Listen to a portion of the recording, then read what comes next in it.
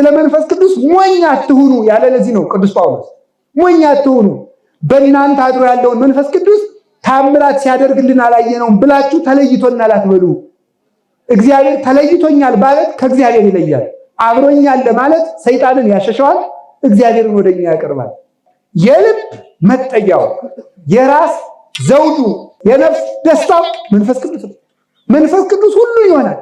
ሹመትም እሱ ነው፣ ክብርም እሱ ነው፣ ነፃነትም እሱ ነው። መንፈስ ቅዱስ ደግሞ የክርስቶስን መዓዛ ያጠግባቸዋል። በዚህ የሰከረው ቅዱስ ጳውሎስ ምን አለ? እኛ የክርስቶስ መዓዛ ነን አለ። ምን ማለት ነው? ልብስ በሽታው እንደሚታወቅ እኛ የክርስቶስ መታወቂያው ነን ማለት ነው። ይሄ የኛ መዓዛ አይደለም፣ የኛ አይደለም። ጠብ፣ ክርክር፣ መግደል አሁን የኛ መዓዛ ነው። እስቲ አሁን በከተማችን ያለው መዓዛ የኢትዮጵያ መዓዛ ነው። ሰው ወጥቶ እንዳይገባ የሚደረገው የኛ መዓዛ ነው። ይሄ የማን ነው? በእውነቱ አሁን እኛ ክርስቲያን ነን። እግዚአብሔር ያሳያል። የመላእክት ሀገር የሆነውን እኮ የአውሬ ሀገር አድርገነዋል። ሰው በምሽት እንዳይወጣ ሌሊት ሄዶ ኪዳን እንዳያስደርስ እንዳያስቀድስ፣ ይሄ እኮ የክርስቶስ መዓዛ አይደለም። ይሄ የዲያብሎስ ክርፋት ነው። ይሄ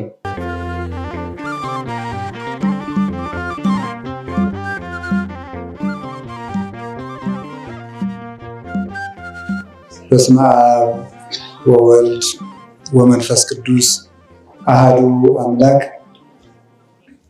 ቅድመ ዓለም የነበረ ይህንን ዓለም የፈጠረ በቸርነቱ ይህንን ዓለም የሚመግብ ስጋችንን ለብሶ በይቅርታው ያዳነን ፈጣሪያችን መድኃኒታችን ኢየሱስ ክርስቶስ በሀብተ ስቦ በረድኤት አቅርቦ በቅዱስ ቤቱ ስለሰበሰበን በልባችን አስበን በአንደበታችን ተናግረን ስለማንፈጽመው ስለ ቸርነቱ ሁሉ ስሙ የተመሰገነ ይሁን። የእናታችን የቅድስት ድንግል ማርያም የወላዲተ አምላክ የቅዱስ መስቀሉ የቅዱሳን መላእክት የቅዱሳን ነቢያትና የቅዱሳን ሐዋርያት የቅዱሳን ሰማዕታት ጻድቃን የእነዚህ ሁሉ በረከታቸው ከኛ ጋር ይሁን። በዚህ በኋላ አጠር ያለች ትምህርት አስተምሬ ብፁዕ አባታችን አስተምረውን ሁላችንም እንሄዳለን። ወመልአ ኩሎ ቤተ ሀበሃለው ይነብሩ፣ ያሉበትን ቤት ሁሉ ሞላው በሚል ርዕስ እንማራለን። እስኪ በሉ ሁላችሁ በሉ፣ ያሉበትን ቤት ሁሉ በሉ ሞላው። ድገሙ፣ ያሉበትን ቤት ሁሉ አዎ። የሐዋርያት ሥራ ምዕራፍ 2 ቁጥር 2 ላይ ያለ ኃይለ ቃል ነው። እግዚአብሔር መንፈስ ቅዱስ በቸርነቱ በዚህ ቃል እንዲያስተምረን ቅዱስ ፈቃዱ ይሁን። ምዕራፍ 2 ቁጥር 1 ላይ ስትመለከቱ ወምድረ ተፈጸመ መዋዕለ ጴንጠቆስጤ፣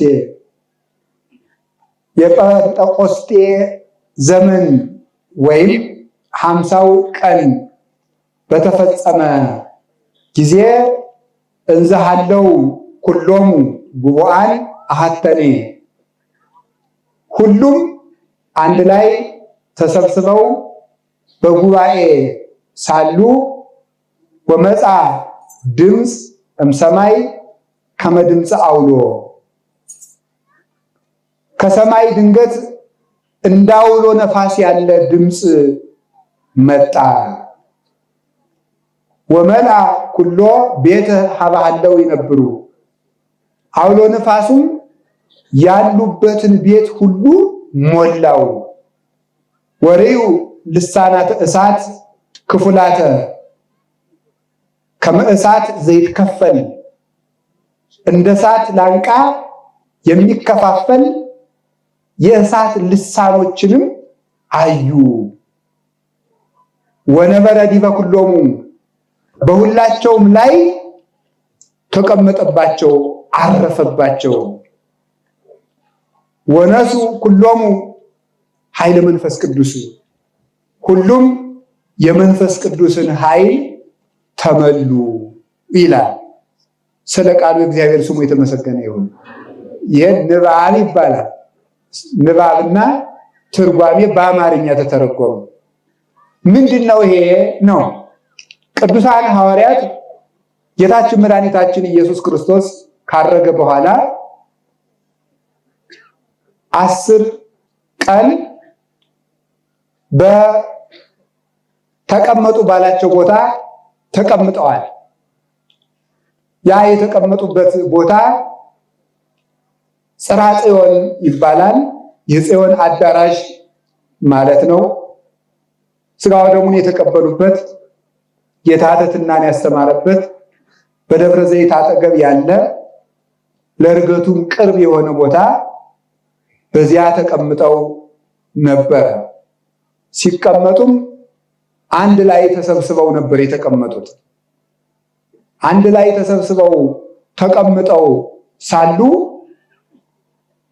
ድንገት ከሰማይ አውሎ ነፋስ በ50ኛው ቀን መጣ ይላል።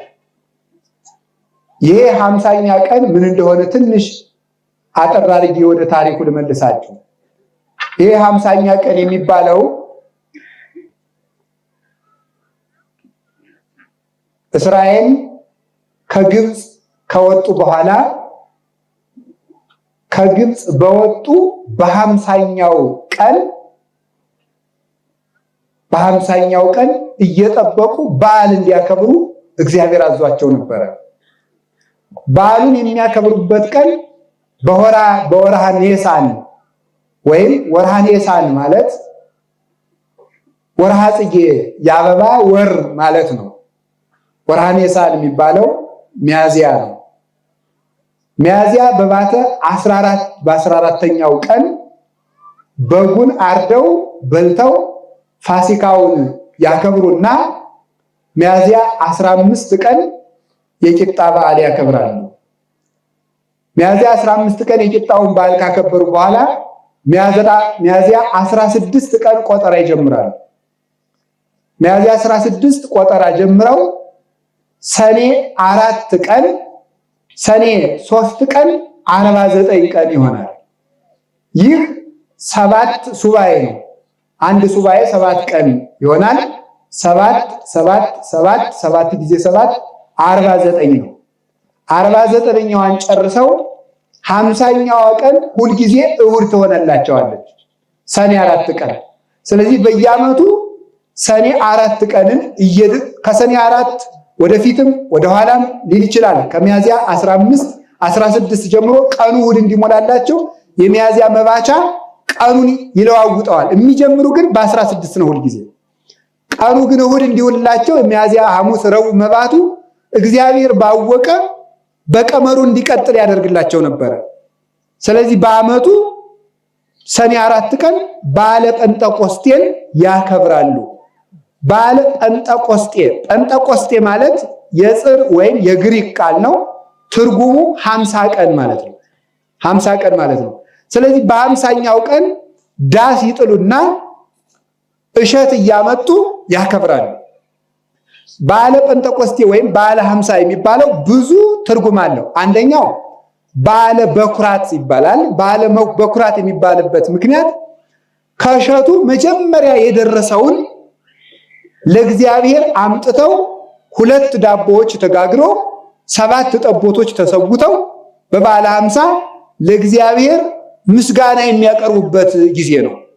ከምድሪቱ የመጀመሪያውን ፍሬ ለእግዚአብሔር ያቀርባሉ። ከምድሪቱ የመጀመሪያውን ፍሬ ለእግዚአብሔር የሚያቀርቡበት ነው። ስለዚህ ምን ይባላል? በዓለ ሰዊት ይባላል። የእሸት በዓል ይባላል። እሸቱን በዝናብ አብቅለ ምድሪቱን አለስልሰ ሰጥተ በውሃ ላይ አጽንተ በነፋሳት አሳድገ በፀሐይ አብስለ የሰጠህንንማ መጀመሪያ ለአንተ ሳናመጣ እኛ እንመገበውም ብለው እሸቱን መጀመሪያ ለእግዚአብሔር የሚሰጡበት ቀን ስለሆነ በዓለ ሰዊት ይባላል። በዓለ 50 የሚባልበት ምክንያት ደግሞ 50ው ቀን የሚፈጸምበት ጊዜ ስለሆነ ነው። በዓለ 50 የተባለበት ምክንያት ታዲያ ይሄ የፍሬ በዓል ይባላል። ፍሬውን መጀመሪያ የሚያመጡበት ጊዜ ስለሆነ የመከር በዓል ይባላል። መከራቸውን ጨርሰው የሚያከብሩት ስለሆነ የመከር በዓል መከር የሚሰበሰብበት ጊዜ ላይ የሚከበር ስለሆነ የመከር በዓል ይባላል። ይሄንን በዓል እስራኤል ከግብፅ ከወጡ በኋላ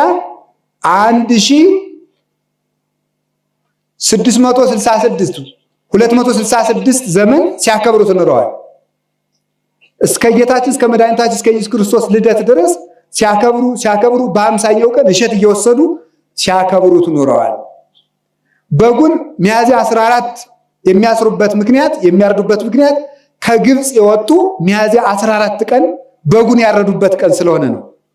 በበነጋው ሚያዝያ 15 ቂጣ የሚጋግሩበት ምክንያት ከግብፅ ከወጡ በኋላ ሌላ የሚበሉት የቦካ እንጀራ ስለሌላቸው ቂጣ ጋግረው ዱቄት ብቻ ስለወጡ ቂጣ ጋግረው ስላከበሩት ነው።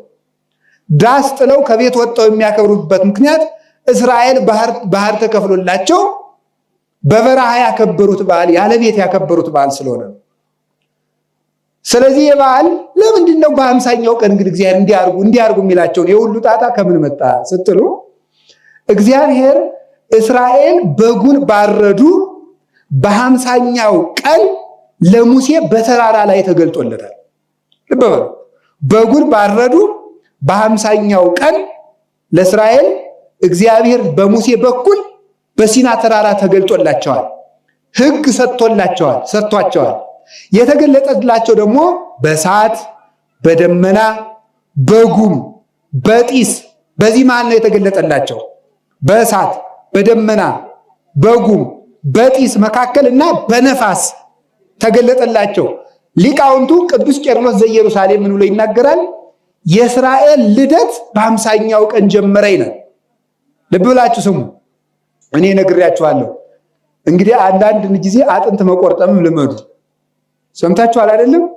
ሁልጊዜ እንደው ዝም ብላችሁ ታሪክ እንድንተርክ ብቻ ማስገደድ የለባችሁ። ታሪኩን ካልያዛችሁት እኔ ትርጉሙንም አልናገርም። ምን ጨነቀኝ ብዬ ለያዘ ይጨመርለታል፣ ላልያዘ ያው ምሳሌውን ይነሱታል። ስለዚህ ያዙ። በ50ኛው ቀን እግዚአብሔር ለእስራኤል በተራራ ተገለጠላቸው። በጉን አርደው በልተው ከግብፅ በወጡ በ50ኛው ቀን እግዚአብሔር ለእስራኤል ተገለጠላቸው። ሲገለጥላቸው ምን ተባለ? በምን የተገለጠላቸው? በነፋስ በእሳት በደመና በጢስ በዚህ ተገለጠላቸው። ምን ሰጣቸው? ሕግ ሰጣቸው። የዚህን ጊዜ የእስራኤል ልደት ተጀመረ ይላል። የእስራኤል ልደት ምን ይባላል? እስራኤል ወልድየ ዘበኩርየ፣ እስራኤል የበኩር ልጄ ነው አለ እግዚአብሔር። የመጀመሪያ የአምልኮተ እግዚአብሔር ጥንት ማለት ነው።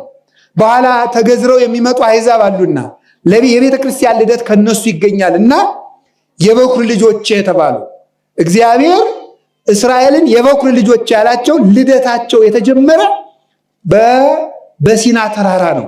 ያንን 50 ቀን እየደገሙ በዓመቱ የሚያከብሩበት ምክንያት ከእግዚአብሔር የተወለድንበት ልደተ እስራኤል፣ ልደተ ሕዝበ እግዚአብሔር፣ የእግዚአብሔር ሕዝብ ልደት፣ የእግዚአብሔር ጉባኤ ልደት፣ የምኩራብ ልደቷ፣ የኦሪት ልደቷ፣ የሕግ ልደቷ ብለው ይህንን ያከብሩ ነበረ። ከዚያ ባገኙት ሕግ በረከት ይሰጣቸዋል። የዕድሜ በረከት፣ የጤና በረከት፣ የልጅ በረከት፣ ሀብተመዊ የድል በረከት፣ የመንግስት በረከት፣ የክህነት በረከት፣ ይህ ሁሉ ይሰጣቸው ነበረ። በሄዱበት ሁሉ እስራኤል ይፈሩና ይከበሩ ነበረ። የት?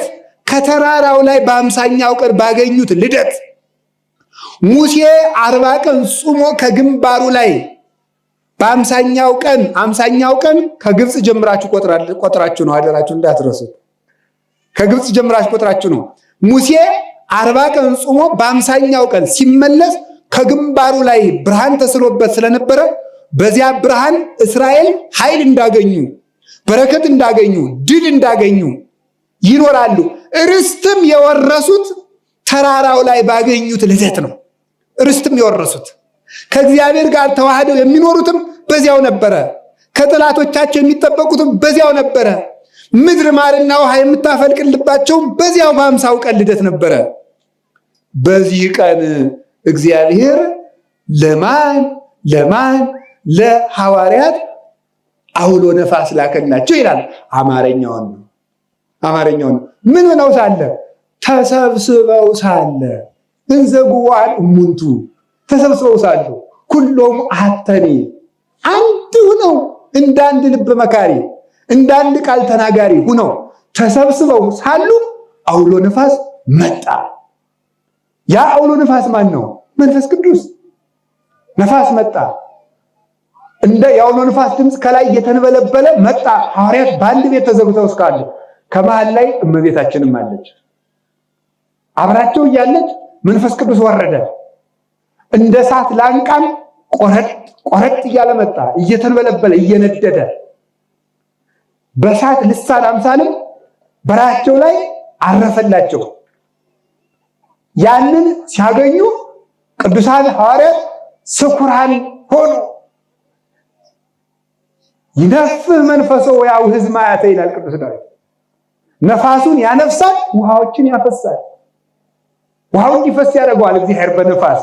ይነፍህ መንፈሶ ወያውህዝ ማያተ፣ መንፈስ ቅዱስን ይልካል፣ በአፈ ቅዱስ ጴጥሮስ ምስጢር ያጎርፋል። ምስጢርን አጎረፈ። ሐዋርያት ሁሉ እንደሰከረ ሰው ሆኑ። በመንፈስ ቅዱስ ሰክረው ሙሐዘ ምስጢር ተሰጣቸው፣ ሙሐዘ ንባብ ተሰጣቸው፣ ሙሐዘ አንብ ተሰጣቸው። የማይገታ ምስጢር ነቅ ንጹህ ዘማንቅ ይተግ ንጹሐን ይላል። ያንን እኮ ነው ነቅ ንጹህ ማን ያመነጨው ነው? መንፈስ ቅዱስ እኮ ነው። ግብረ ሐዋርያት የሚያነበው ቄስ ነቅ ንጹህ ዘማንቅ ይተግ ንጹሐን ዝውቱ ዜና ግብሮሙ ለሐዋርያት ይላል። ይሄ ምን መሰለ ይልና ቄስ እኮ ነው የሚተረጉመው። ተሰሙታላችሁ? ቄሱ ይሰማዋል፣ እናንተ ሰሙታላችሁ ወይ ነው? ሰሙታላችሁ? ነቅ ንጹህ ዘማንቅ ይተግ ንጹሐን። ከነሱ የነቃ ማን ያነቃው? ነፋሱ፣ አውሎ ነፋሱ። የአውሎ ነፋስ ማን ነው? መንፈስ ቅዱስ ያነቃው። ይኸው ዜና ግብሮሙ ለሐዋርያት፣ የሐዋርያት ዜና ግብራቸው ነው፣ ስራቸው ነው። በረከተ ጸሎቶሙ ተሐዱ ምስሌነ ብሎ ግብረ ሐዋርያትን ያነቃል። መንፈስ ቅዱስን በነፋስ አምሳል አወረደላቸው። ተስፋቸው ተፈጸመ። ቅዱስ ጴጥሮስ ቆመና ተናገረ። በአንድ ቀን ስብከት ዛሬ 3000 ሰዎችን ቅዱስ ጴጥሮስ አሳመነ። በአንድ ቀን ስብከት ምን እሸት ተሰበሰበ። አመጣላችኋለሁ ኋላ ምስጢሩ። ሐዋርያትም ብርታት ተሰጣቸው፣ ኃይል ተሰጣቸው፣ ጸጋ ተሰጣቸው፣ ሀብት ተሰጣቸው። ሀብት ይሏቸዋል እኮ መንፈስ ቅዱስ ነው። ዛሬ ሐዋርያት ድህነታቸው የራቀላቸው ቀን ነው። እነዚህ ደቀ መዛሙርት ዛሬ ያዙት ይሄንን ነው። ይሄን ሀብት ነው ያገኙት። ጌታ እኮ እንዲህ ብሏቸው ነበረ ደቀ መዛሙርቱን፣ ጫማ አሳይነ ወይ በትረ ወይ መስነቅተ፣ ስንቅ እንዳትይዙ፣ ጫማ እንዳታረጉ፣ በትር እንዳትይዙ፣ ዝም ብላችሁ ሂዱ አላቸው። ሊቃውንቱ ሲተረጎሙ ጫማ እንትይዙ አለ ጌጠኛውን ሲል ነው ይላል። እንደው ነጠላ ጫማ ሊፈቅዱ ፈልገው እውነታቸውን እኮ ነው።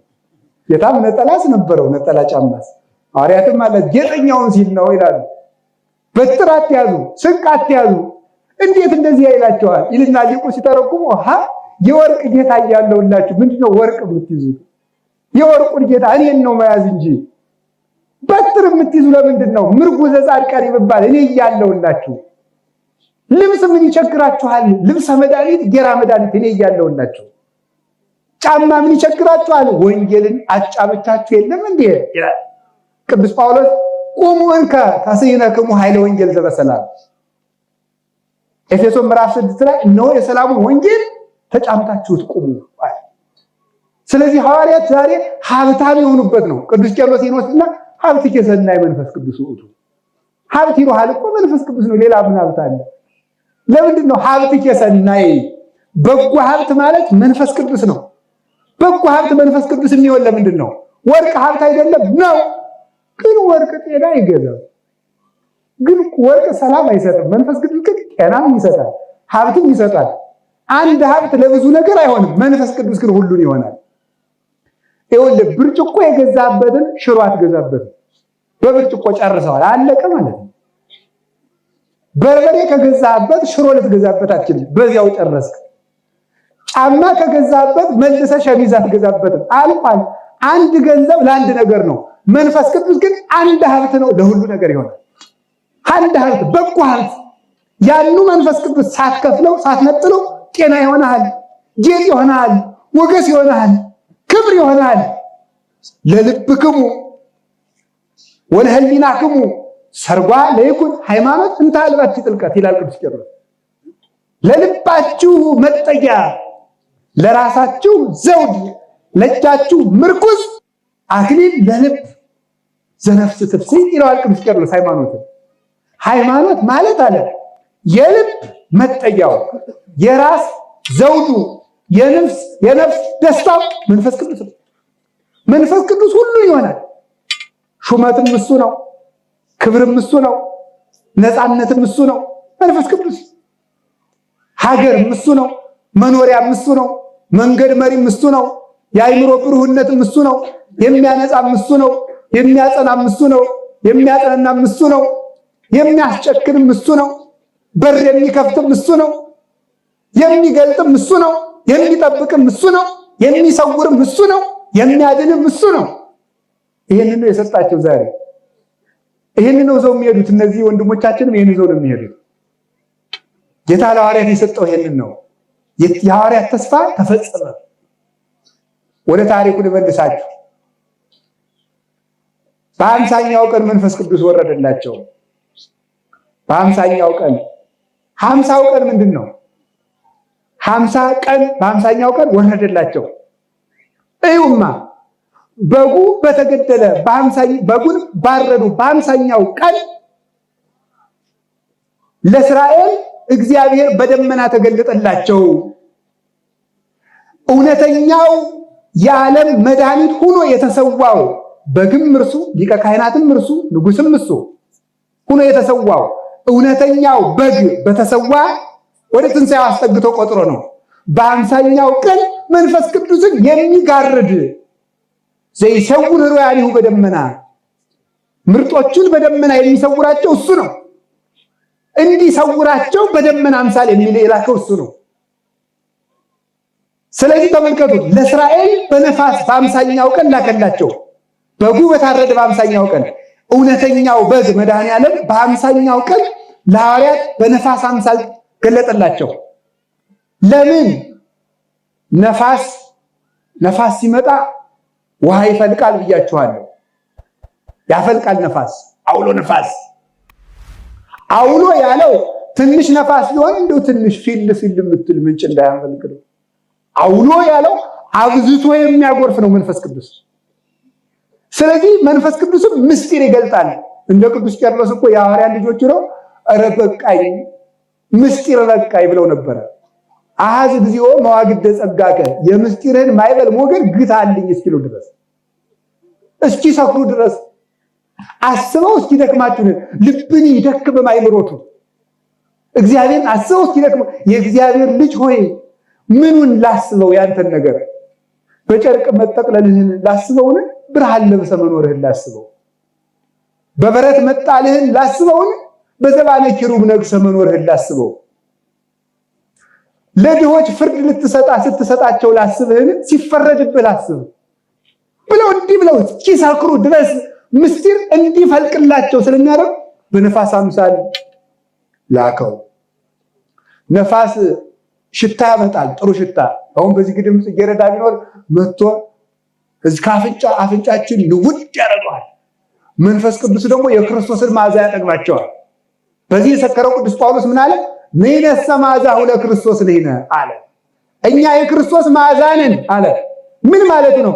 ልብስ በሽታው እንደሚታወቅ እኛ የክርስቶስ መታወቂያው ነን ማለት ነው። የዛሬው ልብስ አይደለም። የድሮ ልብስ በሽታው ነው የሚታወቅ። ታውቃለች? የድሮ ሰው ድሮ የአባታችን ጋቢና የእናታችን ጋቢ አሽተን ነበር የምንለየው። ወዝ የጠገበ ስለሆነ የእናቴን ሽታ የአባቴን ታውቋል። የአባቴን ጋቢ አልብሺ ብሎ ልጁ እናቱ አታላ እንካ ልበሰው ብላ የራሷን ከሰጠችው እምቢ አባዬ አይደለም ይላል። የዛሬው ግን ሁሉም ሽቶ ስለሚቀባ አባዬ ይሁን የማዬ ይሁን አይታወቅም። ለምሳሌም እንኳን እንመችም እኛ እንኳን ለተግባር ለምሳሌም አንመችም። ስለዚህ እኛ መዓዛ ነን ማለት ይሄ የገሌ መዓዛ ነው እንዲባል ውሻ የባለቤቱን መዓዛ በምን እንደሚያውቅ ታውቃላችሁ? በምን እንደሚያውቀው? በሽታ የሚያውቀው ከገርመች ጎረቤት ዳችሁ ለውሻ ተመልከቱ። ለውሻው እንደምታረጉለት እንዲለምዳችሁ እንጀራውን አጉልበታችን አሽተን እንሰጠዋለን። መዓዛዬን ልመደው ማለት ነው። የኔን ወዝ ልመድ ማለት ነው። በኋላ አይበላም ያንን ውሻ። ወዙን ያውቀዋል። ተመልከቱ። ሰው ውሻ የእያንዳንዱን ፍጥረት ሽታ ለይቶ ያውቃል። ቅዱሳን በውሻ የተመሰሉት ለዚህ ነው። ለዚህ ነው ቅድም መምህሩ ቃል ሲያስገቡ እንደ ታማኝ ውሻ ባልጮህልሽ ያለ ልሳነ ከነባቲከ ላይ ለጸላይቱ የተባሉት እንደ ሙሴ ባልሆንልሽ እንደ አሮን ባልሆንልሽ ማለት ነው። ያንን መዓዛ እንዲያውቅ የጌታቸውን መዓዛ የሚያውቁ እኛም ደግሞ የክርስቶስ የትሕትናው መታወቂያ፣ የቸርነቱ መታወቂያ፣ የፈታሂነቱ መታወቂያ፣ የመሐሪነቱ መታወቂያ፣ የጠቢብነቱ መታወቂያ፣ የንጉስነቱ መታወቂያ፣ የኃይሉ መታወቂያ፣ የረዳትነቱ መታወቂያ፣ የታዳጊነቱ መታወቂያ ሁነን ምልክት እንሆናለን። ተፋቅረን ክርስቶስ ፍቅር መሆኑን ሰዎች እንዲያውቁ እናደርጋለን። ሰርተን ትጉ እግዚአብሔር አለን ብለን እናሳውቃለን። ዝቅ ብለን ክርስቶስ ትሁት ነው ብለን እንታይለታለን። እኛ ስለ ክርስቶስ እንታያለን ማለት ነው። ይሄ ነው መታወቂያ። ስለዚህ የኔን መዓዛ መንፈስ ቅዱስ ይሰጣችኋል ሲል በነፋስ አምሳል ተገለጠላቸው።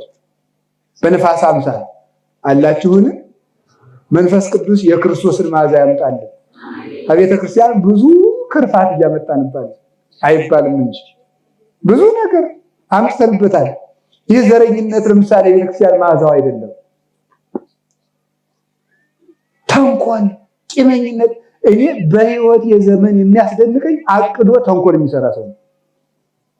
የምሬን ነው የምነግራችሁ። ሰው ቢሰርቅ እርቦት እንበልሽ፣ ቢዘሙት ስጋው አሸንፎት፣ ለተንኮለኛ ሰው ምን ምክንያት አለ? ምንም እኮ ምክንያት የለውም። እንዴት አቅዶ ሰው ተንኮል ይሰራል? ገሌ በዚህ አቅጄ በዚህ ወጥቼ ወርጄ ላጥፋው ብሎ ተንኮለኛ የሚሆን ሰው ለእንደው ምንም ምክንያት እንኳን የለውም። በሌላው ኃጢአት አመካኝተን መጥፋት ተፈቅዷል ማለት አይደለም። ይሄ የኛ መዓዛ አይደለም፣ የኛ አይደለም። ጠብ፣ ክርክር፣ መግደል አሁን የኛ መዓዛ ነው? እስቲ አሁን በከተማችን ያለው መዓዛ የኢትዮጵያ መዓዛ ነው? ሰው ወጥቶ እንዳይገባ የሚደረገው የኛ መዓዛ ነው? ይሄ የማን ነው? በእውነቱ አሁን እኛ ክርስቲያን ነን፣ እግዚአብሔር ያሳያል። የመላእክት ሀገር የሆነውን እኮ የአውሬ ሀገር አድርገነዋል። ሰው በምሽት እንዳይወጣ ሌሊት ሄዶ ኪዳን እንዳያስደርስ እንዳያስቀድስ፣ ይሄ እኮ የክርስቶስ መዓዛ አይደለም። ይሄ የዲያብሎስ ክርፋት ነው። ይሄ ፍጉግ ነው። ይሄ የኛ አይደለም። ይሄንን እንዲያርቁ ነው መንፈስ ቅዱስ መዓዛ እንዲያመጣላቸው። አሁን ሰምታችኋል እናንተ፣ እኔም ጭምር ማለት ነው። ዛሬ እኮ እነዚህ ልጆች ብቻ የተመረቁ አይደለም፣ እኛም ጭምር የተመረቅን፣ እኛም ጭምር የደከምነው ጭምር ነው የምንመረቀው። የሁላችን አደራ ነው የዛሬው አደራ። እዚህ የቆሙት ሳይሆን እዚህ የተቀመጥነው ሁሉ ይሄ ክርፋት መራቅ አለበት። ይሄ ሽታ መዓዛ መንፈስ ቅዱስን በቤተ ክርስቲያን ይሙላልን። መንፈስ ቅዱስን በነፋስ አምሳል የላከላቸው ከዚህ የተነሳ ነው። ነፋስ አላችሁ? ነፋስ በምኑ ይታወቃል? በስራው ነው የሚታወቀው። በስራው ይታወቃል። እስኪ ነፋሱን ይዩት። አለ የለም? የት አለ? እስቲ ያሳዩ። አያት እሷን ዛፈዋል። ማን ነው እንደዚህ የሚያንቀሳቅሳል? አሁን እኛን የሚያንቀሳቅሰን ማን ነው? እግዚአብሔር መንፈስ ቅዱስ ነው። በስራው ይታወቃል። ምስጢር በማናገሩ፣ ሰማዕታትን በማጽናቱ፣ ምንኩሳትን በተጋድሎ በበዓት በማጽናቱ፣ ሰማዕታትን በደም በማጽናቱ፣ ለመላእክት መዓዛ ጣዕም በመጨመሩ በዚህ ይታወቃል። ቤተክርስቲያን እኮ ምስክር ናት። በእውነቱ ቁመው የሚውሉት አባቶቻችን እኮ መንፈስ ቅዱስ በስራው የሚታይባት ቤተክርስቲያን እኮ ይችላል። በስራ የሚታይባት ቤተክርስቲያን ሰው በየአራት ሰዓቱ ይብላ በሚባልበት የሆድ ዘመን ሳይንስ ደግሞ አሁን ሲያቅተው ደግሞ ሰው በ24 ሰዓት አንድ ጊዜ ቢበላ ከካንሰር ሊጠበቅ ይችላል ብሏል አሉ። በጣም ነው እኮ የሚገርመው እኮ በእውነቱ ማለት ነው። ሲያቅተው መይጨርስ ሲያቅታችሁ መምጣት ተመስገን፣ እንኳን ደህና መጣችሁ።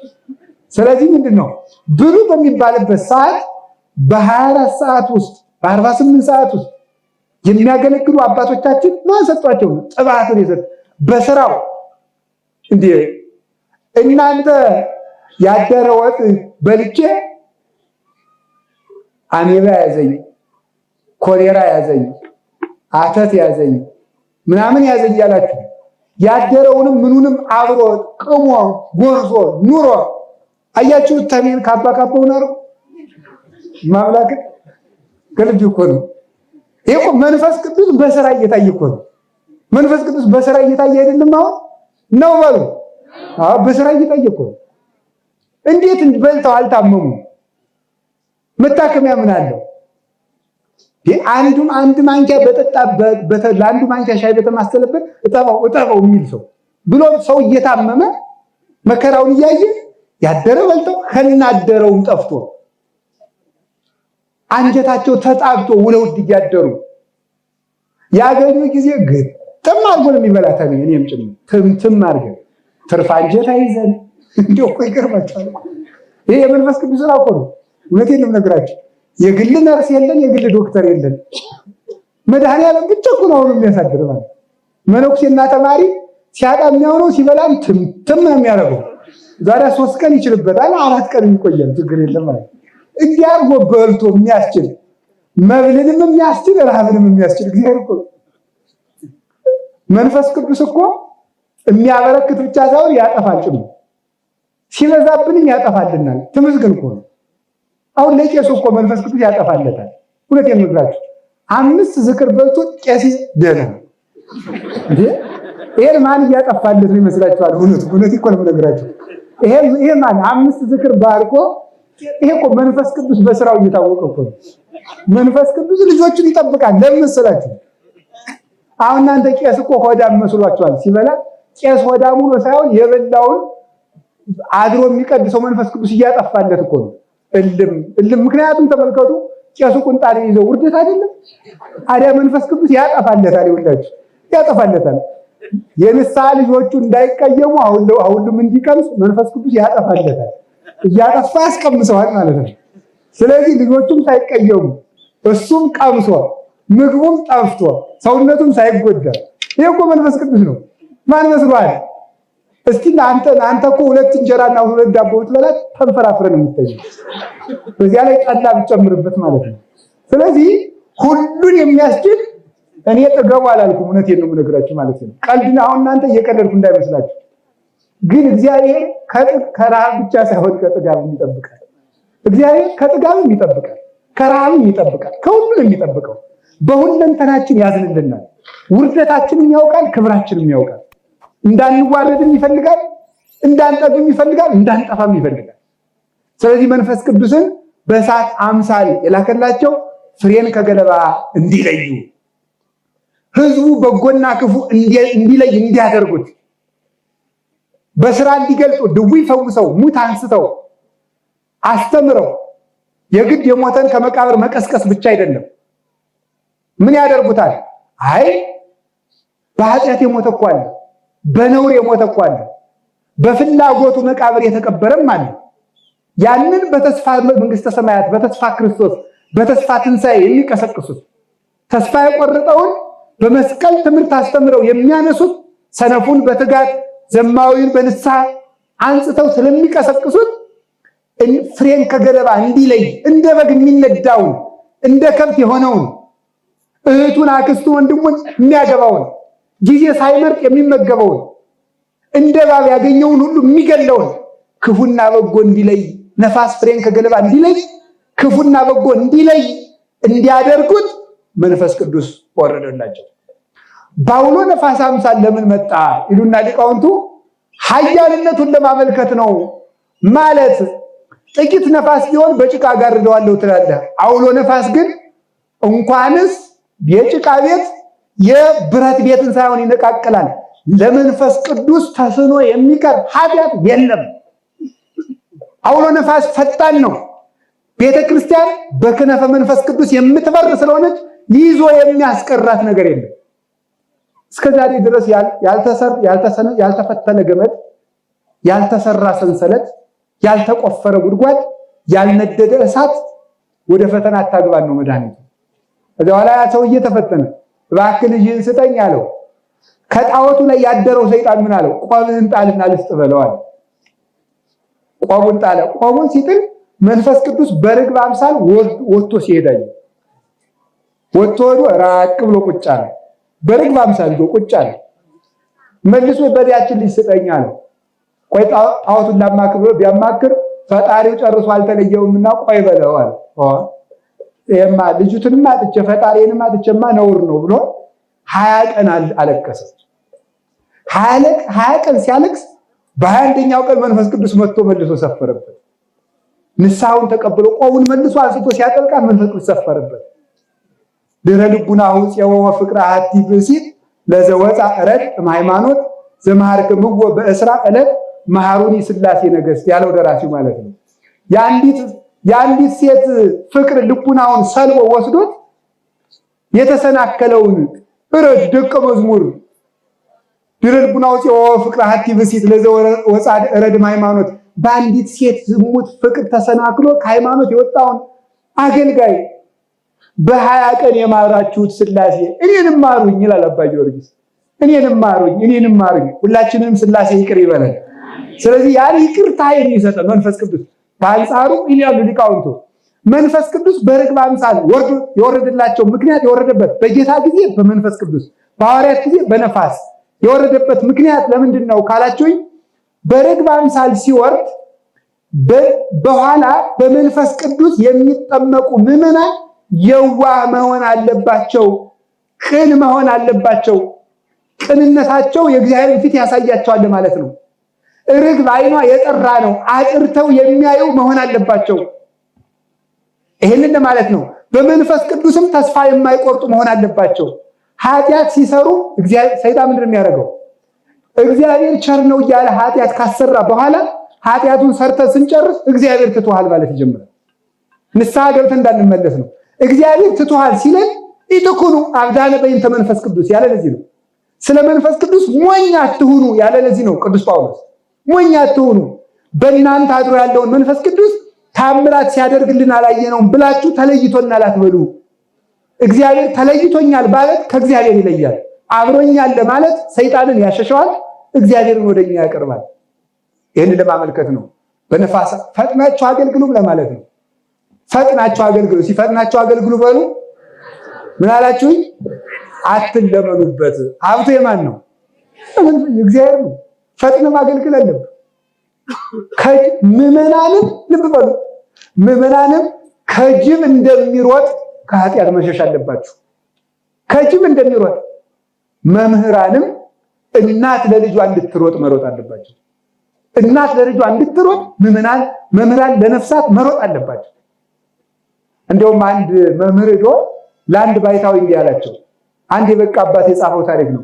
አባቴ አቤት፣ እኔ ምንም እሰብካለሁ እቀድሳለሁ፣ ምንም በአገልግሎቴ ግን አልደሰትም፣ ግራ ገብቶኛል፣ ትተው ቁጭ በል ይለኛል፣ ፈጣሪ የሚያዝንብኝ ይመስለኛል አለ። አይሞኙ፣ በዚህ የቀና ሰይጣን እኮ ነው። አንተ እኮ ማለት አለ ዘወትር ምዕመናን ከመንፈስ ቅዱስ ሲወለዱ ቀዋሚ ምስክር እኮ ነህ። ምዕመናን ከመንፈስ ቅዱስ እንዲወለዱ ምስክር የምትጠራ ሁልጊዜ አንተ እኮ ነህ።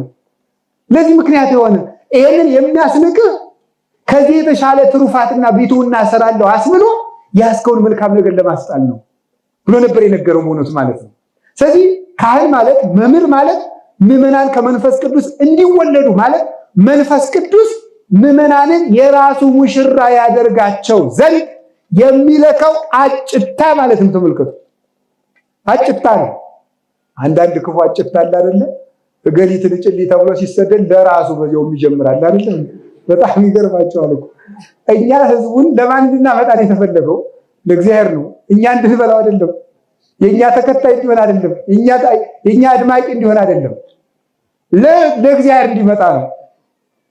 ከዚያው በልታው እንድትቀር አይደለም። እነዚህ እኮ ቅዱስ ጳውሎስ አንሰ ፈሐርኩክሙ ለሃዱመት፣ እኔ ለአንድ ባል ነው የማጫችሁ አለ። ዘውቱ ክርስቶስ፣ ያ ሙሽራችሁ ክርስቶስ ነው። እኔ አጭታ ነው። ሚዜ ዝም ብሎ ከቦ ማድመቅ ነው ስራው። መምህር፣ ሰባኪ፣ ካህን ሚዜ ነው። ሙሽራው ክርስቶስ ነው። የዚህ ሙሽራው ክርስቶስ ነው። የሞተለት በደሙ የተወዳጀው ደሙን ጥሎሽ አድርጎ የሞሸረው የዚህ ሙሽራ መድኃኔዓለም ነው። እኛ አጭታዎች ነን። አጭታ ደግሞ ያባብላል፣ ይናገራል። የሚገርምሽ አሁን እኔ ላጭለት የመጣው የምታገቢው ሰው አያቱ ደግ ናቸው፣ አባቱ ደግ ነው፣ እሱ ደግሞ ሰርቶ አይታክትም፣ ጠባዩ ሳቢውን ይላል አይደለም እንዴ? መምህራን ደግሞ መምህራን ይሄዱና እግዚአብሔር አብ ቸር ነው ይላል፣ እግዚአብሔር ወልድ ቸር ነው፣ እግዚአብሔር መንፈስ ቅዱስ ቸር ነው። ዛሬ ቢርባችሁ በመንግስተ ሰማያት ትጠግባላችሁ፣ ዛሬ ብታጡ ዘላለም ታገኛላችሁ፣ ዛሬ ብትወድቁ ዘላለም ትከብራላችሁ። ዓለም ቢጠላችሁ የሚወድ አባት እግዚአብሔር አላችሁ። መንግስተ ሰማያትን ያህል ቦታ እግዚአብሔርን ያህል ጌታ አላችሁ። መላእክትን የሚመስል ጠባቂ አላችሁ። አይዟችሁ ብለው እያባበሉ እያታለሉ የሚያታልሉት ግን በውሸት አይደለም፣ በቃሉ እያበረቱ ህዝቡን ለመንፈስ ቅዱስ ያጫሉ። እንዴት ትልቅ መስላችሁ? እስኪ እግዚአብሔር ያሳያችሁ። አሁን የአንዲት ሀገር ንጉስ ያላገባ ቢሆንና አጭታ ቢልካችሁ እኔ እኮ ይገርማችኋል የንጉሱን ሚስት ያጨውላቸው እኔ ነኝ ብሎ ሰው ኩራት አይሰማው? አቶ ገሌ እንዴት ያለ ንጉስ እንዴት ያለ ባለስልጣን መሰላችሁ ሲባል እኔ እኮ ነኝ ሚስቱን አጨውለት ይላል። መንፈስ ቅዱስ ለሚያጫት ነፍስ መልእክተኛ ሆኖ የሚላክ ሰው እንዴት የታደለ! መንፈስ ቅዱስ ሊሞሽራት፣ በሰርጎ መንፈስ ቅዱስ ሊያስጌጣት፣ ልጅነትን ልብስ አድርጎ ሊሰጣት፣ ስጋው ደግሞ ሊደግስላት፣ መንግስተ ሰማያትን አክሊል አድርጎ ሊያቀዳጃት፣ ወንጌልን ሊያጫማት፣ በአውደ መንግስተ ሰማያት እንድትመላለስ ሊያደርጋት፣ እግረ ልቡናዋን በወንጌል ሊያቀናላት ለሚያጫት ነፍስ መልእክተኛ ሆኖ ከሰማይ ንጉስ የሚላክ መልእክተኛ መምህር የታደለ ነው። ለዚህ ነው አስቀድሞ መንፈስ ቅዱስም ራሱ የላካቸው። ስለዚህ ሳትዘገዩ አገልግሉ፣ ነገ የእናንተ አይደለም ዛሬ ነው የእናንተ ለማለት ፈጥናችሁ አገልግሎት ለማለት መንፈስ ቅዱስን በነፋስ አምሳል ላከላቸው። ፈጥነን እንድናገለግል እግዚአብሔር ይርዳል። አውሎ ነፋስ በሉ እንጂ አውሎ ነፋስ ይንዳል። የሚንዳል ምን ነው የሚንዳው? የኃጢአታችንን ክምር አፈር ይንደዋል። ይሁላችሁ ተመልከቱ። እንዲህ ይላል ፍታኤው ሲንደው ስሙ ማምላክ ፍታት ሲወልድ እግዚ ኢየሱስ ክርስቶስ ወልድ ባይር ቃለ እግዚአብሔር አብ ዘበተከምኔ ኩሎ ማይሰራት አዊነ በመማቲ ከማይቱ መድኃኒት ዘነፋይከ ውስተ ገጽ አርዳይ ከቅዱሳን ወላይካኒ ከንጹሃን ወትቤሎም ንሱ መንፈስ ቅዱስ ረዳ ደግሙ ኃጢአት ይታደግሎም ወለለ ያደግሙ ይታደግሎም ወይዚ ሊጸጎ ከክነተ ለላይካኒ ከንጹሃን ለለ ይገብሩ ግብረ ክነት ሁሉ በቤተ ክርስቲያን ከቅዱስ ከመይድጉ ኃጢአተ በዲ በምድር ይስሩ ወይፍቱ ሁሉ ባይሰራ በዛ ይሁን ናደው ማለት እኮ ነው። ብዙ አባታችን ማለዳ ሲሉ አልሰማችኋቸው? ሰምታችኋቸዋል አይደል? ምኑን ነው የሰማችሁት? ሰምተናል ይላል ዝም ብሎ ምኑን ፍታት ዘወልድ አቤቱ ጌታችን መድኃኒታችን ኢየሱስ ክርስቶስ የእግዚአብሔር አብ ልጁ ማዕድና መድኃኒት በምትሆን በማመከኛ ኃጢአታችን ማሰሪያ ያጠፋ በንጹሃን ደቀ መዛሙርት ፊት እፍ ያልክባቸው መንፈስ ቅዱስን ተቀበሉ። ይቅር ላላችኋቸው ኃጢአታቸው ይቅርላቸዋል፣ ይቅር ላላላችኋቸው ኃጢአታቸው አይቀርላቸውም ለያልካቸው አሁንም በቅዱስ ቤተክርስቲያን ሁሉ ጊዜ ክህነትን ስራ ለሚሰሩ ለንጹሃን አገልጋዮች አቤቱ አንተ ክህነትን ሰጠህ። በምድር ላይ ኃጢአትን ይቅር ይሉ ዘንድ ያስሩ ዘንድ የበደልን ማሰሪያ ሁሉ ይፈቱ ዘንድ አሁንም ቸር ሰው ወዳጆ ዳግመኛ ከቸርነት እንለምናለን ይላል። ስለነዚህ ወንዶችና ሴቶች ባሮችህ አባቶችና ወንድሞች እህቶች ደካማም ስለመሆን ስለኔ ስለባሪያ በቅዱስ መሰዊያ ፊት ራሳቸውን ዝቅ ስላደረጉ ሰዎች የምሕረትን ጎዳና ጥረግልን፣ የኃጢአታችን ማሰሪያ ፈጽመህ አጥፋልን። አቤቱ አንተን ብንበድል በማወቅ ወይም ባለማወቅ በተንኮልም ቢሆን በልቡና ክፋትም ቢሆን በመስራትም ቢሆን በመናገርም ቢሆን የሰውን ድካሙን አንተ ታውቃለህና ከዚህ በላይ ምን መናድ አለ? ተመልክቱ። አሁን ዛሬ እኮ ብዙ ሲናድልና ያረፈደ አይገባችሁም እናንተ ዝም ብለን እንደ መንግስተ ሰማያት መስፈር አስቀድሰን የምትነጉድ ይመስላል። ኃጢአት ሲናድልን እኮ የምናረፍደው። ቄሱ ስብሐት ወክብር ለስሉስ ቅዱስ ይልና ያጥና ዙር ሲገባ እግዚአብሔር አምላኬ በከማናል ከተቅባለ ኢያሪኮ በሄደ ኢያሱ ገብርከ ወልደ ነዌ ከማዋንል ጥቅመ ኃጢአቴ ወኃጢአቶሙ ለሕዝብከ በሄደ ኃጥእ ገብርከ ይለዋል። አቤቱ በኢያሱ እጅ በልልታ የኢያሪኮን ግንብ እንዳፈረስክ 7 ጊዜ ዙሮ እልል ሲል በኢያሱ እጅ ለእስራኤል የኢያሪኮን ግንብ እንዳፈረስክ እኔም 7 ጊዜ ዙሬ አጥኛለሁና የሕዝቡን የኃጢአት ግንብ የኔን ማፈርስልኝ። አውሎ ነፋስ መንፈስ ቅዱስ እኮ ነው። በደካማው ቄስ ቢሆን በኮሳሳይቱ ቄስ ቢሆን ቡታንታ ባረገው ቢሆን ሱሪ ባረገው ቢሆን ካባ በደረበው ቢሆን በቀጠነው ቢሆን የወርቅ መስቀል በያዘው ቢሆን የእንጨት ጥቂት በያዘው ቢሆን አጭር ቢሆን በቃ ቄስ ከሆነ ቄስ ነው። ይገርማል። ለዚህ እኮ ነው ሰሎሞን 4 ፍጥረታት ያስደንቁኛል አለና አንዱ እንሽላሊት ነው አለ። እንሽላሊት አለ ሰው ይንቀዋል፣ ግን በቤተ መንግስት ይኖራል። አሁን በቤተ መንግስት ብዙ ጠባቂዎች አሉ ለንጉስ። እኛውን የበዳው ንጉሱን ለማግኘት ወይም ጠቅላይ ሚኒስትሩን ለማግኘት ወር ይፈጅብኝ፣ አመትም ይፈጅብኝ፣ ስራ በስቶባቸው ይፈቅዱም እንደሆነ አይፈቅዱም እንደሆነ የሚታወቅ ነገር የለም። እንግዲህ እንሽላሊት ግን ጋርድ የለባት፣ ቀጥታ ቤተ መንግስት መግባት ትችላለች ማለት። ጋርድ የለም፣ ምን የለም፣ መሳሪያ የለም። እንሽላሊት ቀጥታ ትገባለች፣ ጉዳይ ቢኖራት ባይኖራት። ግን ምን እናት ያነሰች ናት። አንበሳ ቢመጣ ግን ወታደሮቹ በጥይት ይሉታል። ገብተው ወይ ንጉሱን ወይ ሚስታቸውን ይነጥቃላ።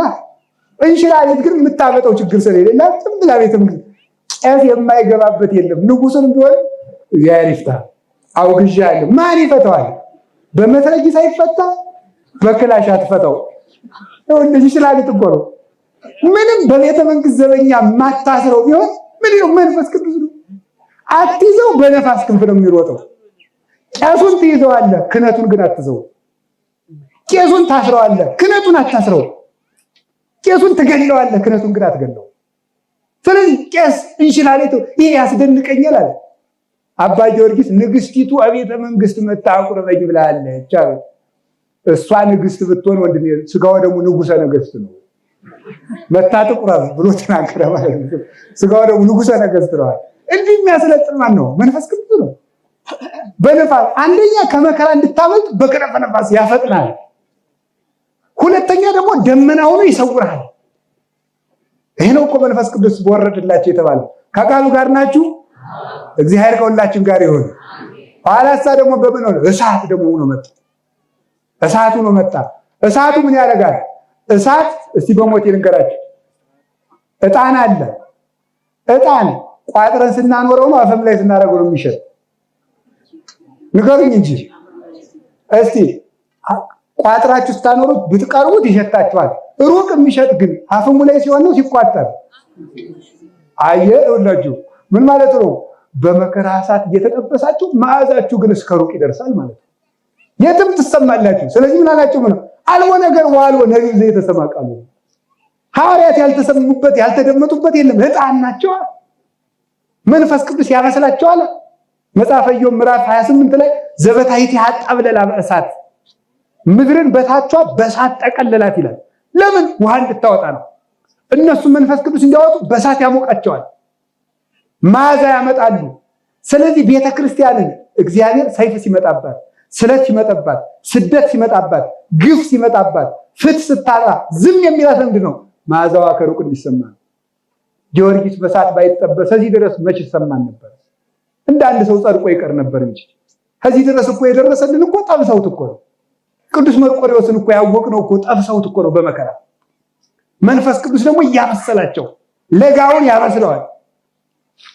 መንፈስ ቅዱስ ይላል ቅዱስ ቄርሎስ ዘኢየሩሳሌም፣ መንፈስ ቅዱስ የኃጢአትን እሾህ ያቃጥላል፣ ለነፍስ ደግሞ ብርሃን ነው። የነፍስ ብርሃን ይሆናችኋል። አይምሯችሁን ብሩህ ያደርግላችኋል። የኃጢአታችሁን እሾህ ያቃጥልላችኋል። ሊቃውንቱ ደግሞ ሲተረጉሙ ኢትዮጵያውያን መተርጉማን እሳት የበለው መሬት ለእህል ጥሩ ነው፣ መንፈስ ቅዱስ ያደረበት ደግሞ ምግባር ያበቅላል። እንድናበቅል እንዲያበቅሉ ሐዋርያት እሸት እንዲያበቅሉ አዝመራቸው እንዲለቀም መንፈስ ቅዱስን በእሳት አምሳል ላከላቸው። እሳትን ብትጨብጠው ይፈጃል። ቤተክርስቲያንን ብትቃወማት በነፍስ በስጋ ታጠፋለች። ብትጨብጠው ያጠፋል። እሳት ይፈርዳል። ሐዋርያትም የመፍረድ ስልጣን አላቸው። በአጋንንት ይፈርዱባቸዋል። ምዕመናን ፈርደው እንዲያስተዳድሩ ተሰጥቷቸዋል። ዛሬ ሊቃነ ጳጳሳት ሳይቸግሩን ፓትርያርክ እያለን መምህር እያለን ፍርድ ቤቱን የሞላ ነው ክርስቲያኖች አይደለም? ይሄ አይደለም ቅዱስ ጳውሎስ እንድናለ ኢታምሩን ህድጉ ሰዘዘ ዓለም ከመመላእክት ተጥቀን እኮ የዚህን ዓለም ተውት፣ በመላእክት እንኳን ፈርድ ነበር። እኛ አነስናችሁና ነው ወይ ሄዳችሁ የምትካሰሱት? ይቅር ተባብላችሁ ነገራችሁን እዚህ አጨርሱም ወይ? እስቲ ፍርድ ቤት ለናጥራ ፋይል ሁሉ ሞልቶ ያለ እኛ አይደለም? ይሄንን ነገራችን አቁመን በዚሁ በካህናት መዳኘት ይቅር መባባል ነገራችን እዚሁ ማቆም የለብንም አለብን። ሌላው ሳምን ማለት ነው በእሳት የለቀላቸው በፍቅሩ እየነደዱ እንዲኖሩ ነው። በፍቅሩ እንዲነዱ ምን አለ ጌታ? እሳተ አምጻይኩ ለብሔር ምን ተፈቅድ ዘንበል አንድዶታል። እሳትን ይዤ መጥቻለሁ ማንደድ ነው እንጂ ምን ፈልጋለሁ አለ። በፍቅሩ እንዲናደዱ ነው። በፍቅሩ እየነደዱ ምን አረጉ? አውይቶ ሰማይታት ቆላተ ሕማማት ወረዱ ወጻድቃኒ ከገዳማት ወዱ። በፍቅሩ እየነደዱ ፍቅሩ እየታያቸው አባ ጳኩሚስ እኮ ነው። አባ ጳኩሚስ ይሰግዳል። ምድሩ በንባው ታጠበ። በጉልበቱ መሬቱ ተቆፈረ። ከስግደቱ ብዛት የተነሳ ጎደ ጉልበቱን እስኪወጣው ድረስ ኋላ ምን አለ? ጌታ ኢየሱስ ክርስቶስ ለፍቅር ብዬ እንዴት እንደምሆን ታያለህ። ጌታ ደግሞ የተሰቀለ ዕለት ዓርብ መከራውን አሳየን። እኔ ለአንተ የሆንኩትን አየህ። አላበጀሁም ጌታ ይቅር በለኝ። እንዲህ ላደረገ ርቀነው ለተከተለን ጠፍተን ለፈለገን ወድቀን ላነሳን ቀምተነው ሰጥቶ ለታረቀን ለመድኃኔዓለም ፍቅር ሊሳሱለት ይገባል። ይሄን ሊያሳያቸው ነው። በመንፈስ ቅዱስ እሳት በአቦድ በመንፈስ ቅዱስ ፍቅር እየነደዳችሁ ኑሩ። የእግዚአብሔር ፍቅር ያለምን ፍቅር አውጥቶ ይጥላል። የእግዚአብሔር ፍቅር ያለምን ፍቅር። አንዲት ሴት መጣችና አንዱን መነኩሴ አባ አቤት አዩ እያየሁሽ ነው። መልከኛ እኮ ነች። አዎ መልከኛ ነሽ፣ እግዚአብሔር ግን መልካም ነው፣ ለአንቺ መልክ የሰጠሽ እሱ ነው አለ። ስለዚህ ምን ማለት ነው? በአንቺ መልክ ሳይሆን በእግዚአብሔር መልክ ተይዣለሁ ማለት ነው። ስለዚህ መነኩሴ ሲመነኩስ አመንኳሹ በቅናት ሲያስረው ጌታዬ ኢየሱስ ክርስቶስ ይሄን መነኩሴ በቅናት እንዳሰርኩት አንተም በፍቅር ሰራው ይላል።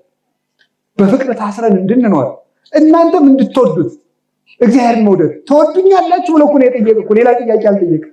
ቅዱስ ጴጥሮስን ትወደኛለህ ወይ ትሰጠኛለህ አላለም ክርስቶስ እኮ። ጥያቄው ትወደኛለህ ወይ ነው። ይሄን ፍቅር የፍቅር እሳት እንዲኖራቸው ዛሬ ብዙ ፍቅር እየነደደ እያጠፋን ስለሆነ ነው። እግዚአብሔርን ትወዱታላችሁ? መልካም እንጂ እንግዳውማ ወንድማችሁን ውደዱ። ክርስቶስ ቅዱስ ዮሐንስ አፈወርቅ ክርስቶስን ትወዱታላችሁ ሲል ሁሉ አዎ ሲል እንግዳስ ክርስቶስ ማለት እዚያ መንገድ ላይ ወድቆ የሚለምነው ድሃ ነው አለ። ያን ስትወደው ክርስቶስን ትወደዋለህ። ለፍቅሬ እየሳሳችሁ ኑሩ። ሌላው ደግሞ አንደበታችሁ የተባ ይሁን ማለት ነው። ወኩን በሊህ ልሳን ይላል ሃይማኖተ አበው ሲናገር ሰለስቱ ምዕት ሲናገሩ አንደበትህ የተከናወነ ይሁን፣ ንባብ ለብላቢ አትሁን ይላል። ደግሞ ትርጓሜ ንባብ ለብላቢ አትሁን፣ ምስጢር የተከናወነልህ አከናውነ የምትናገር ነገረ ዘርቅ የማትጨምር ሁን። አንደበትህ የነደደ በሀብተ መንፈስ ቅዱስ የተከናወነ በጽዮን መንፈስ ቅዱስ የጣፈጠ ሁን። ንግግራችሁ ሁሉ ቅሱም ይሁን፣ ጥዑም ይሁን፣ ጣፍጥላችሁ። ሰው እኮ ክርስቲያን እኮ እንኳንስ ሲያስተምር ነገር ሲያቀብልም ያምርበታል። ከቃሉ ጋር ናቸው። አንድ በገዳም ያለ አበምኔት ሲኖር አንድ እሱ ብዙም አልተማረምና ከሱ የበለጠ የተማረ መምህር ለእንግድነት መጣ። መነኩሴ ኋላ መነኮሳት ሁሉ አባ አባ አባ እያሉ የገዳሙ መነኮሳት ሁሉ ማን ይከባሉ? ያኛው ሰውየው ቅናት አደረበት። ደቀ መዝሙሩ ምን አለው? ሂድና ያንን እንግዳ እንዳላይ ብለዋል በሉ። ኋላ ሲለው ያ ደቀ መዝሙሩ ዶ ምን አለ መሰላችሁ? አባቴ የተመቸዎት ወይ እንዳላይዎት ስራ በዝቶብኝ ብለዋል አበምኔቱ ብሎ ይነግረዋል። ከዚያ በበነገው ያ ሰውዬ አለ አንተ አልነገርከው? ነግሬዋለሁ። እንግዲህ መሄድ ሙሉ ነው እኔ ምን አውቃለሁ። ሂዳውን ደግሞ እንዳላይ በለው። አባ አቤት እንደምን አደሩ? ገዳሙን ለመዱት ወይ? እንደዚህ እየባዘንኩ ሳላይዎት ሰነበትኩ ብሎታል አበምኔቱ ብሎ ይናገራል። በሶስተኛው ቀን ራሱ ሰይፍ ለቅልቆ ሄደ። አንተ ቆይ ምልክብ ነገር አይደርስም እንዴ? ይደርሰኛል። እና ምን ሆነ ማትሄድ? ምንድነው እያለ የሚነግርህ? ተመችቶታል ገዳሙ እያለ ነው የሚነግርህ። ለካ መምህሩ እኔ ሳልሆን እሱ ነው ብሎ ደቀ መዝሙሩን መምህር አድርጎ እሱ ወንበሩን ለቀቀ። ይሄ ምንድነው? የጣፈጠ ንግግር አያችሁ እውነት ማለት ነው። ለጠብ ቢልከው ለፍቅር አድርጎት መጣ። የበጎ መልእክተኛ ማለት ይሄ ነው። አንደበታችሁ በመንፈስ ቅዱስ የተሟሸ ይሁን። ምጣድ እኮ እንጀራ እንዲያጣፍጥ ምን ያደርጉታል? በእሳት ይተኩሱታል። ሲተኩሱት ወደ እንጀራው ይጣፍጣል፣ አጣፍጦ ያወጣዋል። በደንብ ነው የሚጠብሱት፣ ካልሆነ እንጀራው አፈራፈር ነው የሚል። ንግግራችን ሁሉ እኮ ዝም ብሎ አፈራፈር ነው። ሰላምታው አያምርብን፣ አነጋገራችን አያምር። እንኳን በር የሚከፍት በር የሚዘጋ ንግግር። ይሄ ሁሉ ነገር እንዲጣፍጥ መንፈስ ቅዱስን በእሳት አምሳል ላከላቸው። ከዚያ ምን አለ? ወመላ ኩሎ ቤተን ያልኳችሁ። ይሄን ከመጨረስ በፊት 50ኛውን ቀን ልናገርና ትምህርቴን ልጨርስ። አንድ እስራኤል በ40ኛው ቀን በ50ኛው ቀን መንፈስ ቅዱስ ሕግ ልኮላቸዋል ብያቸዋለሁ። በ50ኛው ቀን በሙሴ በተራራው የቤተ ክርስቲያን መተዳደሪያዋ ሕግ የተላከላት ዛሬ ነው ማለት ምን ማለት ነው? ክርስቶስ ያስተማረው ወንጌል በሐዋርያት አእምሮ የተቀረጸ ዛሬ ነው።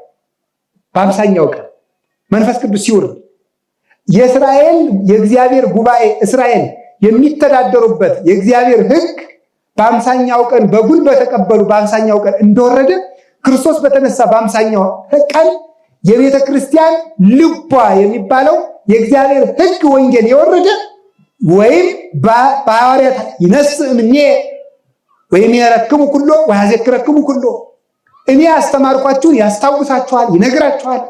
ጰራቅሊጦስ መስቶ ያስተምራቸዋል እንደተናገረ ጌታ ያስተማራቸውን መልሶ ገለጠላቸው። የእስራኤል ልደታቸው በአምሳኛው ቀን እንደተጀመረ የቤተ ክርስቲያን ልደቷ ዛሬ ተጀመረ። ማን? መንፈስ ቅዱስ የወረደለት።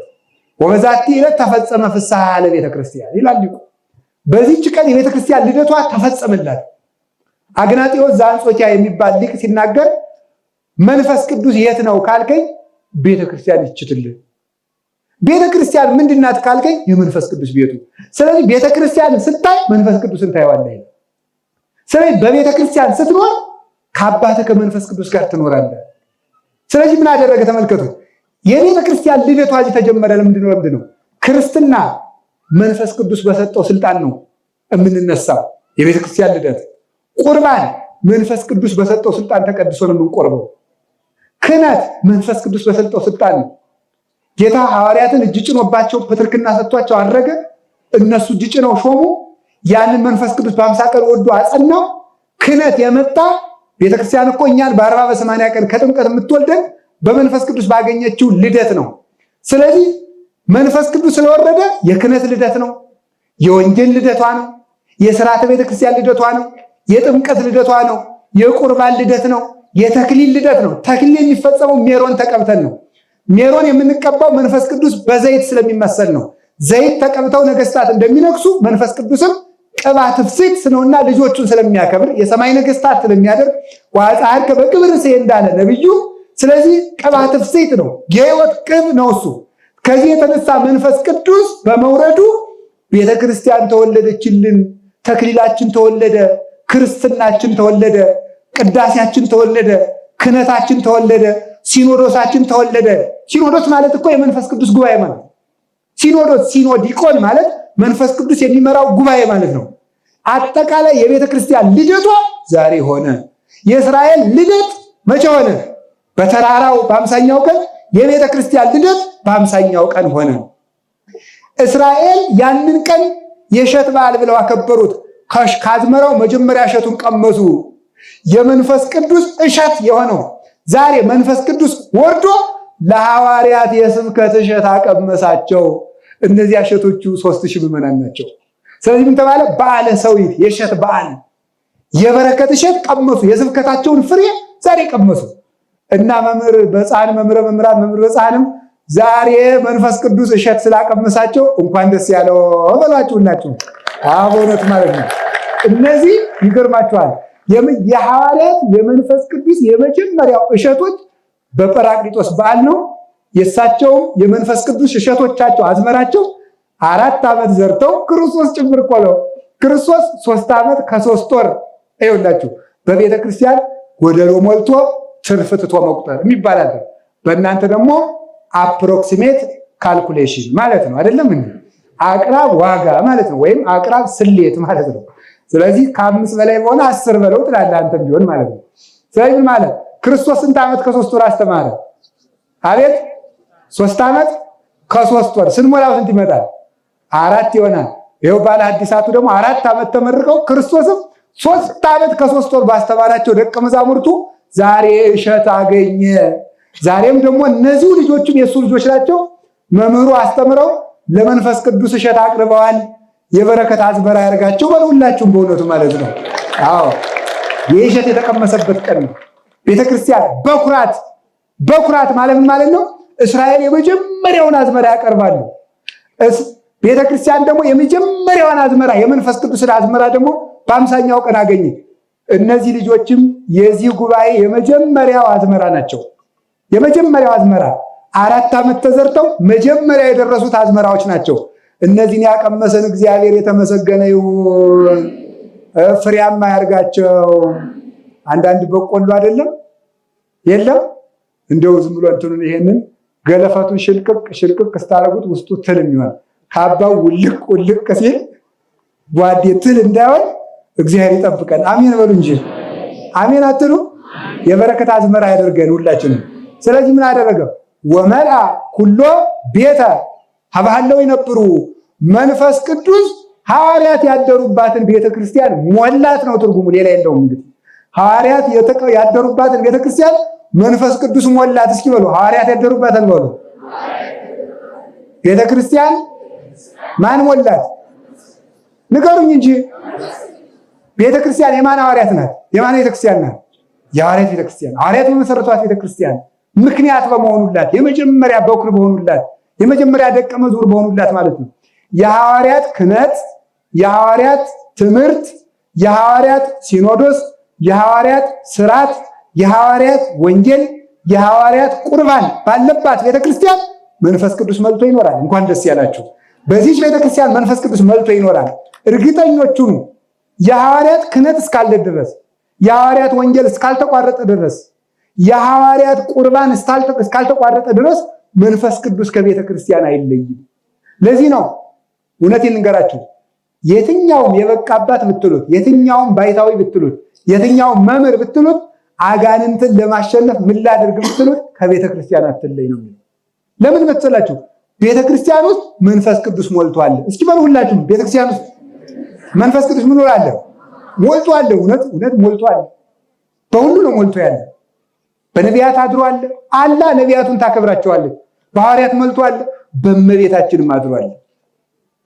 በእሱ ያደረው መንፈስ ቅዱስ በኤልሳቤጥ ስለመላ ምስጢር ስላልናገራት አንድ ጥያቄ ብቻ ልጠይቃችሁ።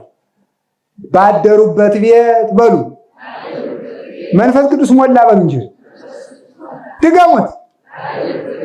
እሺ አሁን አንድ ጊዜ ላስብላችሁ። ደቀ መዛሙርቱ ባደሩበት ቤት መንፈስ ቅዱስ ሞላ በሉ እንጂ። ሁለት ነገር ያዙልኝ። ቤተ ክርስቲያን መንፈስ ቅዱስ እንዳይርቃት ከፈለግ ጉባኤ መኖር አለበት። ደቀ መዛሙርት ናቸው እኮ ያወረዱት። እውነት አሰብ ንገሩኝ እንጂ 5 እንጀራ የበላው ሕዝብ መሰለ ያወረደው። ያዕቆብ በልቶ ሄደ። ተርበው ይከተሉት የነበሩት ግን መንፈስ ቅዱስ ለቤተ ክርስቲያን አወረዱ። ስለዚህ ጉባኤ ቤት ውስጥ መንፈስ ቅዱስ በየቀኑ ይወርዳል። እውነቴን ነው የምነግራችሁ፣ መልቷል።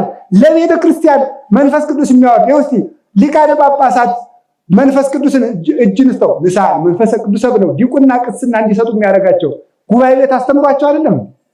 ጉባኤ ቤት ለቤተ ክርስቲያን መንፈስ ቅዱስ እንዲወርድ የሚያደርገው የመንፈስ ቅዱስ መውረጃ መሰላል ነው በእውነቱ ማለት ነው ቤተ ጉባኤ። አሁንም በጉባኤ ቤቶቻችን መንፈስ ቅዱስን ያወርድልን። ሁለተኛ ደግሞ ደቀ መዛሙርቱ ባሉበት ቤት በሉ መንፈስ ቅዱስ ሞላ በሉ እንጂ። ተማሪ በገባበት ቤት በሉ መንፈስ ቅዱስ ይሞላል በሉ። መምላክ ድገሙት። ተማሪ ባለበት ቤት ማን ይሞላል? ድገሙ። ተማሪ ባለበት ቤት። እሺ እውነት እኮ ይኸው ደግሞ ጌታ ሲነግራቸው ሂዱና ለዚህ ቤት ሰላም ይሁን በሉ አለ። ከተቀበሏችሁ ሰላም ያድራል። ደቀ መዛሙርትን የሚቀበል ሰው ሀብተ መንፈስ ቅዱስ ከቤት ይሞላለታል። ተሚ አድርሰናል ብትይ ግን እግዚአብሔር አድርሻለሁ ነው የሚልሽ። እውነቴን ነው የምነግራችሁ። አድርሻለሁ። አሁን እግዚአብሔር አድርሻለሁ። ነገ ማልዳ ተነስተን ሰኞ እግዚአብሔር ፀሐይ አውጣልኝ እሑድ ዕለት አድርሻለሁ ይላል ወይ? እግዚአብሔር ሆይ ለ2015 ሐምሌ ዝናብ አዝኑልን በ2014 አድርሻለሁ ይላል አይልም። ትናንትም ይሰጣል፣ ዛሬም ይሰጣል። አሁንም በየቤታችን በረከት እንዲገኝ ከፈልጋችሁ ቃላቸውን ስሟቸው። ስሙ። መንፈስ ቅዱስ ያደረባቸውን በመንፈስ ቅዱስ የተመረቁ መምህራንን ስሙ። ሳይኮሎጂስት ጋር ከምትሮጡ እንዳይቆጡኝ እንጂ አምቡላንስ ከመደወላችሁ በፊት ሐኪም ቤት ከመሮጣችሁ በፊት ወደ ቤታችሁ መምህራን ጥሯቸው። እስቲ ሁላችሁም አንዳንድ ተማሪ አሁን እነዚህ ልጆች እነዚህ ወንድሞቻችን መምህራን ናቸው። 20 ናቸው። እስኪ አሁን እናንተ ስንት ነው አላችሁ? እስቲ ሁላችሁም አንዳንዳቸውን የዛሬ ሳምንት ተሰብሰቡና እዚህ አንዳንዳቸው ደሞዝ እንዲኖራቸው አድርጉ። የምሬንም ነግራችሁ ማለት ነው። አንዳንዳቸው እስቲ በገቡበት ቤት በሉ፣ እኔ ሳይሰለቸኝ እናንተ መንፈስ ቅዱስ ይሞላል በሉ። ሐዋርያት አደሩበት ቤት ማን ወረደ? ሐዋርያት የማን ደቀ መዛሙርት ናቸው? የክርስቶስ በሉ እንጂ። እነዚህ ደቀ መዛሙርት የማን ናቸው? እነዚህ በገቡበት ማን ይገባል? መንፈስ ቅዱስ ይገባል። ቀላል እንዳይመስላችሁ። ምክንያቱም ተማሪ መነኩሴ ነው እንጂ ተማሪ ቢበቃ መብቃቱን ያውቁ። ዝም ብሎ በቃ መልካ ኢየሱስም ሲደግም እንደነገሩ ሰላም ለዝክረ ስምከ ስማ አላዘ ኢየሱስ አተኮቸረውን አንተን አልከው አቋርጦ ማለት በየዋህነት ስለሆነ የሚኖረው ተማሪ ያደረበትን ጸጋ ማንም አይዘው።